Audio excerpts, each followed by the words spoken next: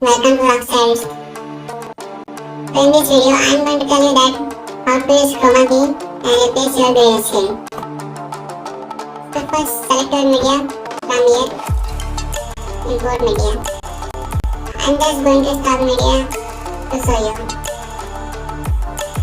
First, select your media and move it to the timeline.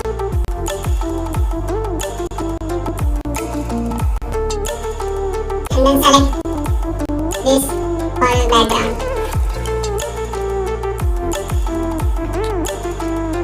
Now let this background for upside from your media. That is, use green screen. Now click on edit option. And here you can see the chroma key option. Just click on this.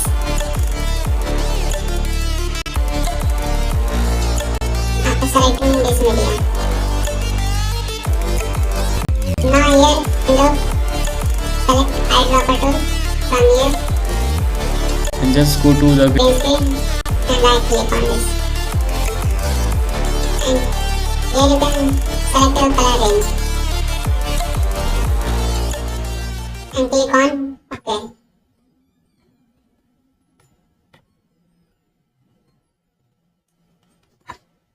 And here you can see my chroma key is applied with new background. Thanks for watching.